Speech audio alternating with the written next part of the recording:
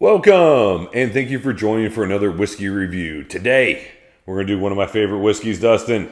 The Lagavulin 2013 Jazz Fest bottling, 51.9% ABV, an 18-year-old whiskey, Dustin, back when the jazz bottles were epic.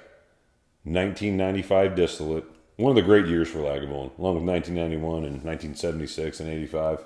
The pillar years. Yeah. 76, I was born. 85, Bears won it all. I was born. 1991, my fiance was born. Anyway, Lagavulin Jazz Fest 2018. This one, only 1,500 bottles made. This is bottle 1439. Date filled the 19th of January, 1995. Wood type, sherry butts. Keeping it simple. There's also a really good 1995 from 2014 as well. There was the Fila Isla. Or facial, excuse me. Was that also one made from Big Butts? Also sherry butts. All right, so meets the Sir Mix-a-Lot standard. So once again, one of these classic cask strength Lagavulins in quality sherry whiskey, in the same ilk as say the 25-year-old Dustin and 21 from 1991. So again, this one, the Jazz from 2013, 51.9% ABV, only a measly 1,500 bottles made. So we're talking with 3 butts then. I have 2. Yeah, but I think 3 butts to make this. Oh, yeah. 4 max. Yeah, very, At very 18 years, small. I mean, thinking probably 3. And I tell you what, around 17, 18 years, that's a really good age for Lagavulin. Not that I don't like the older ones, but for whatever reason, man, it's still got a lot of pop to it at 18. Very dark color, natural color, unchill filtered. Rare for Lagavulin. You only get those. You don't get that in the standard bottling. And I'm excited to get into this one, Dustin. I've been hyping this thing up forever. You have been very, very high on this one. In fact, when you Very bought high. this one, I mean, you were just... I pictured you doing a handstand and then a headstand and then just kind of doing a backflip. And I'm like, Mike, don't hurt yourself. To the moon. I mean, it's one of my, probably it's my top 10 for sure, maybe. Short list of Lagavulins that I love. All right, Dustin. Man, instantly you're getting that. Man, I'm already excited saying it. I know, you're excited, buddy. Instantly you're getting that Lagavulin where it's that meaty, minty tobacco note. And that's when I know I got quality Lagavulin that had great cask. I tell you what, Mike, the mint is like shockingly high on this one. Mint and tobacco. Now, I had a couple pours back when the bottle's around here. I may have had a pour, somewhere in here, but I think I had like 2 pours right around here. Oh, buddy, you've been lukewarm on this. So I've fed it to you a few times. But I know I've had it a couple times, but I can't remember if I've had one recently. But I mean, the mint on this thing is just unbelievable. I mean, it's actually right now it's coming off a little off-putting. It's so intense because I'm just like, whoa. If it's too intense, man, I can help you out. But okay, Lagavulin smoke, that aristocratic smoke, super meaty. Carnitas or steak, red steak, something. I mean, Dense old cherry. Smoke is here. There is a dirtiness about this that I do not get on Lagavulins almost ever. I mean, it is dirty. It is oaky. It's oak, man. There's the oak on this is. Again, I'm guessing this has got to be European oak because it's got that spice from European oak. I mean, I'm guessing these are PX casks, but there's probably 2 or 3 casks. Maybe one was Oloroso and one was PX. It feels like PX to me because it feels just sticky and dense. This is also the most medicinal. Oh, yeah. I remember a while back, so this was back, in the yesteryear when I actually worked in an office because that's gone away. And I remember they screwed up and they put the wrong hand soap in the men's bathroom. And I went in there and did the soap and I washed my hands and I walk out and I'm like, the hell's wrong with this? They put antiseptic soap in there. And it had this funky, it's like clean, but it's medicinal and it really wasn't pleasant. That is here big time on this whiskey. Yeah, it's gasoline. It's just so intense of the smell. It's like that antiseptic soap. Then there's like super rich oak. There's smoke like crazy. And I mean, you're right. There's so much smoke. There's the beef brisket on this thing for sure. For sure. Carnitas, beef brisket. I said, it's some steak, but you're right. I said steak or carnitas, and I was in between the two. You're right. It's beef brisket. When I first got it, this reminded me a little bit of that 1991, 21-year-old where I got... Sickly. Where I kind of made the comment about the Dimetap. I got that kind of grapey fruitiness. That's subsided, but the first nosing, it hit me just punched me. And that's telling me very similar sherry butts to what that one used. Oh, I'm sure. Quality, probably first fill sherry. Probably first fill PX. Yeah, and wherever they were sourcing these from is it wet cask. We're not getting the same it's not even a quality thing, Mike. We're not getting that same style of sherry cask. No. Like it's just a different quality. I don't know if they were doing a different thing, man. Man, there are rare Lagavulin. There are a lot of good Lagavulin bottlings, a lot of mediocre Lagavulin bottlings. Then there are a few that are just wow. And see, that's why I always bring up the 1995 bottlings and the 1991 bottlings, because it seems like in those years they really got their hands on some epic cask. Maybe I'm wrong, but as you know, there was 4 1991 vintages I love. There is 2 1995 vintages I love. Yeah, and it just seems like. Well, the 91s that we've seen a combination of sherry and bourbon cask that really did it too. So it could have just been a really good year for the distillate. Maybe. I don't know. Maybe the corn yield, or not the corn, but the barley yield that year was really good. Or thinking bourbon, aren't you? I just went to a grain real quick, and I'm like, well, that's the wrong way to go. Yeah, but just an epic, like when you're talking the great Lagavulins, they always involve sherry, and they involve a sherry that's special. And this is a special Lagavulin sherry. I dare say it's the best not under 20-year-old Lagavulin I've ever had. You know what I'm not getting, Mike? I'm not getting Lagavulin malt. There's so much. I mean, well, you struggle with that when it's a heavily sherried Lagavulin. Like when these first fill, heavily sherried Lagavulins, you always miss that. I got it on the 25 a little bit. It was hard, but it was there. That's the easiest one of the 3. I'm even getting some chlorine. Like not like a pool, like you're at a swimming pool. It's stinging. It's stinging the sherry on. Once I get past the oak, once I get past the smoke, once I get past the barbecue, I'm getting a little bit of like that pool note. Just like the 2012 release of the 21 at 1991. It's very similar. What I'll say to anybody who's got an option to pick up one of these bottles and they don't really know anything about these epic Lagavulins, as Mike refers to them as, you have to be somebody who's looking for a less clean Lagavulin. You have to be somebody who's interested in getting. You have to be. I'm a Lagavulin. You have to be someone who loves Lagavulin, and you just touch the source. You ever watch Lost? No. Okay. Anyway, anyone who watched Lost, I'll give you this analogy. Remember at the end they found the light in the cave where the guy put the rock on it. It's the source, right? The source of the island. This is the source of Lagavulin. Like at the heart of Lagavulin. Like if Lagavulin spiraled out like the best whiskey they ever made is like right here, and they spiraled out, and they got the lesser whiskeys on the outside of the spiral. Inside that inner tight spiral would be the 221s from 85 and 91, the 25, this 2013 Jazz, and the 2014 Facial. See, I'm going to say this is a Lagavulin for somebody who loves Lefroy 10. Who likes that medicinal note. They like those. I mean, that medicinal note's an added note. They like the more. They like the iodine. They like those references and notes that a lot of people find really off-putting. Whereas Lagavulin, generally, we talk more about briskets and smoked meats, aristocratic smoke. I don't get that here. I get the brisket. I get the aristocratic smoke. I get the mint. I get the tobacco. See, you always when it's tobacco is definitely here. By the way, actually, I mean, it's huge tobacco. Mm-hmm. Huge tobacco. The mint is now subsided. I'm no longer getting punched in the face by mint. And again, it's uncoiling, it's unraveling, it's opening up. It's showing us its always nature. Does that. It always transitions. And that's the beauty of really old quality Lagavulins, is that they do unwind. So if you don't initially like what you're getting, give it some time. Let it sit in the glass. Don't add water yet. Give it an hour if you need to, and then add a drop of water. Go pour another whiskey, come back to this one. Just set it aside, put a little, something on top of it. Get one of those challenge coins that the other 600 channels are offering up. We don't have one. We probably won't do one, but get one of those. They're actually pretty good for topping these off. All right, Mike, let's hear poetry. Man. Smoke, tobacco note, again, on the palate is so coating. The mint's there, big time. There is wood smoke, there is Lagavulin smoke in this. Two intermingle pretty well. The wood smoke is the more dominant note of the two, so this other characteristic is covered up some, but the two smokes intermingle very well because it's campfire with the dark fruit wood smoke note.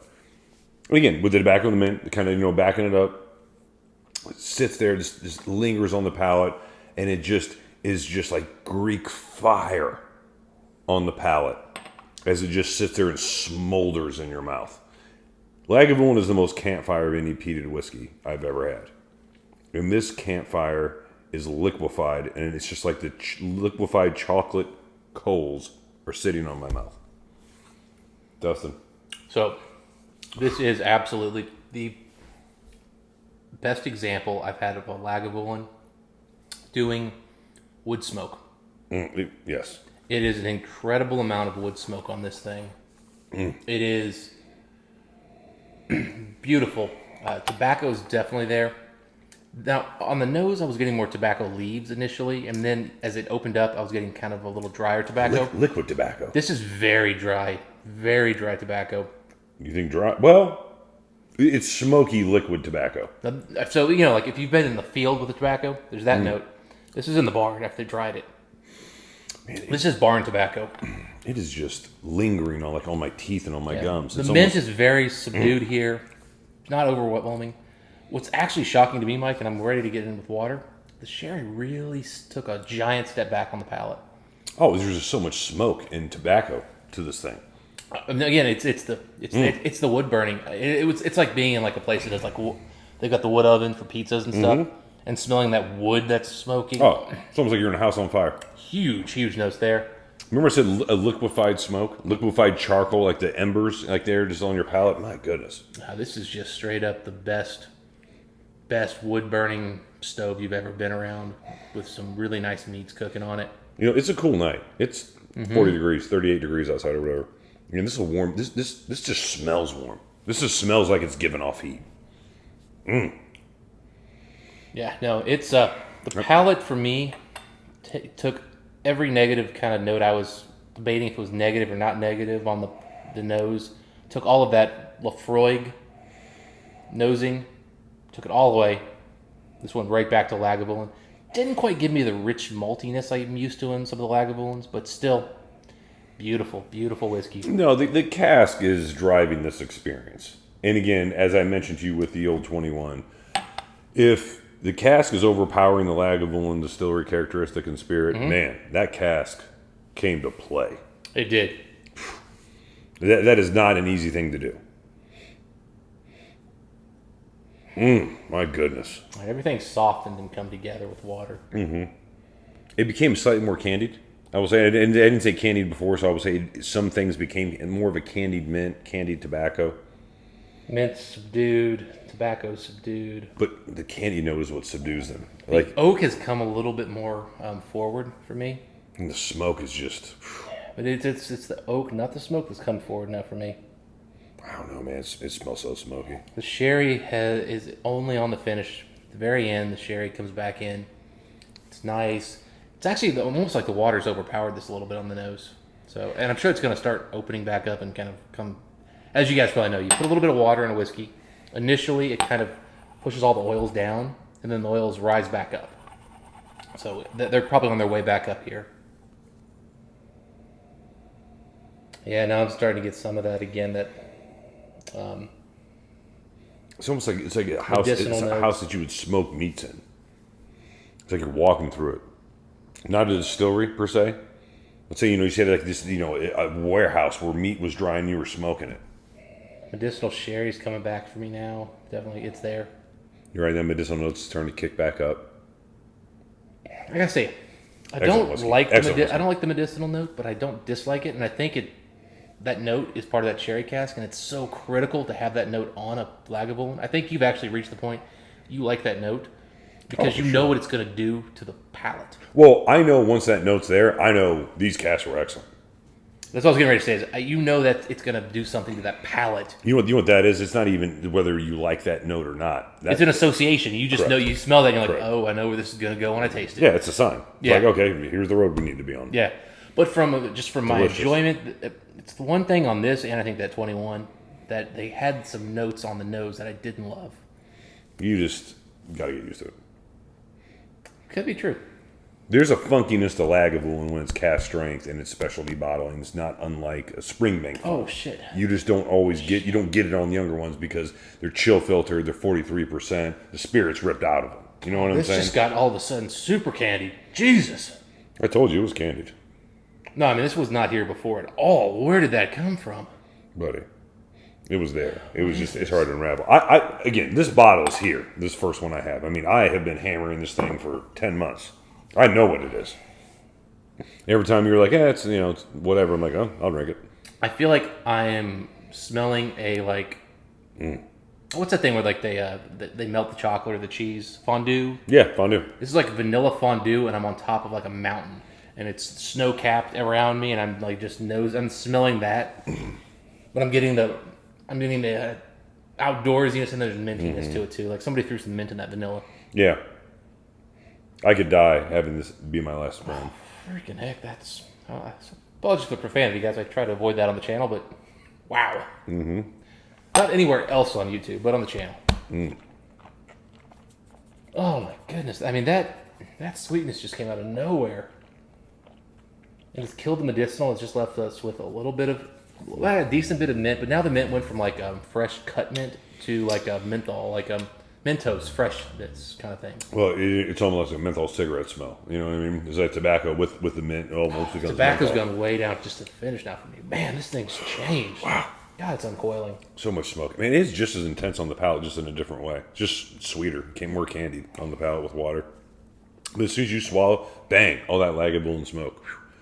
I mean, a ton of it. But unlike, say, like a Highland Park that dries, man, it just becomes just juicy on the palate. It's like blood orange almost. On the finish, like blood orange with smoke. Man, it's a great whiskey. I told you. Getting a lot of beautiful, beautiful citrus oranginess right there in the middle. Blood orange. Blood orange is on the finish. I'm getting like a less blood orange on the middle. Then I get smoke. I get a lot of smoke on throughout the whole thing. There's smoke. I get a little bit of bitter oak that comes in, and then it kind of meets the smoke on the finish, and then the bitterness kind of, it's still there, but it subsides because it's got other stuff. It flows into vanilla, and I finally, with water, I picked up something I didn't pick up initially. Grilled peach. Right at the end. It's intermingled with the smoke, but the smoke has a tangy, small bit of fruitiness, and that fruitiness is a grilled peach. It's blood orange on the palate, now but that you it's found grilled that, peach on the now finish. that you found that, go back and nose it. Grilled peach. Yeah. Man, wow. Just like you get on that Lagavulin 16 when you left it in the glass long enough, and you kind of try to drill, and you know what, it is that grilled peach, and it's a slightly artificial peach, but it's a grilled peach. Well, that's what I meant by grilled. It's like there's a twinge of peach in it, but it's also like it's kind of like burnt it's like an artificial thing, like where it's almost like a candy they made that to be peach, but it's a little off. Man. It wasn't a good peaches.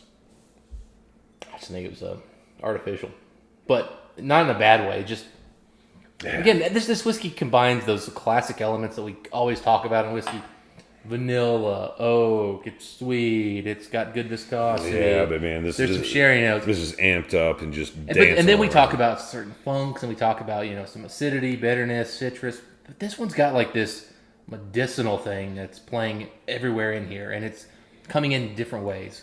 One minute I'm thinking antiseptic soap, then I'm thinking Dimetap, then I'm thinking, I don't even know, it's some kind of iodine and they're cleaning a wound or something. And it's a roller coaster, man. And none of that's there's a few notes on the nose that have been a little unpleasant to me, not blowing me away, but on the palate, man, wow, what a whiskey. What a whiskey. All right, Dustin, where as far as whiskey score on this one? I'll let you go first. From an enjoyment standpoint, Mike, I'm probably a point lower than this, but for whiskey score, this is a 90 for me. It is excellent whiskey. It's so complex. And once it hit that crazy, like, vanilla on the mountains and Mentos thing, it went right to a 90 for me because it fixed the one thing I wasn't loving on the nose. I want to go higher, but there's something about these that just, they don't appeal to me as much as they do to you. Yeah, I mean, this is as close to Lagavulin perfection as you can get. This is my favorite Lagavulin that is under 20 years old. I'm at a 92 out of 100. I was usually thinking 91, but man, this is upper echelon whiskey for me. This is a whiskey that I would pay $500-$600 for another bottle. I'm getting really nice, like smoked wood right now. Ooh, it's really nice. I mean, I love Lagavulin. To me, like, again, these are one of the 5 or 6 Again, this is definitely top 10 definitely top 10 Lagavulin all time. Maybe top 5. I still haven't had the 37. Well, I mean, there's a reason why you own, 30 Lagavulins, and I counted yesterday. I'm not counting the 12s, like specialty Lagavulins. Oh, yeah. About that. Yeah, that sounds about right. And I own 0. Yeah, it's not your thing. I think they're overpriced for what they are, and I've just never. There've been a couple I would have bought. Trust me, if I was ready to pull the trigger, but for the most part, they're ones I just don't gravitate towards. When I bought those 25s for $11.99, you don't think that was worth? If those were $800, I would have bought them in a second. See, you have a cap. That's your problem. It's not just a cap. I don't think those are. If I think of whiskeys I would go to $1,000 for, that's not them. Yeah, I get it. It's the first thing I think of. Yeah, and I get it. First Now, mind you, that 24-year-old Lagavulin, $1,000 all day. Yeah. Not even, no question for me. Yeah. Already my favorite whiskey. It's not that whiskey. Well, no, it isn't. No, it's not that whiskey. That is the jewel of the Nile. Yeah, that's incredible. This is really great. And again, I think those who really appreciate some of these notes are going to be where Mike's at. But again, I'm not appreciating them, and I still give it a 90, which tells you how good a whiskey this really is. Yeah, 1,500 bottles. I have 2, so $14.98 for the rest of you. This was bottled 8 years ago, as we were making this in 2001, a little over 8 years ago. So there's not a lot of them out there, but if you get your hands on them, it's dynamite. Yeah, and incredibly enough, there's people who hold on to these things and don't pop them open. Yeah, no, I am not one of those people. I've got 2 of these in the last 18 months. Yeah, and if I had one, it'd be open. Yeah, for sure. I wouldn't be sitting on it. That's where we're at. Let us know if you guys had a chance to try this 2013 Jazz Fest, the 1995 vintage. Beautiful whiskey, 51.9%. Again, this is bottle 1439. Dustin, until next time, we'll do it, folks. Happy drinking, guys. We'll see you then.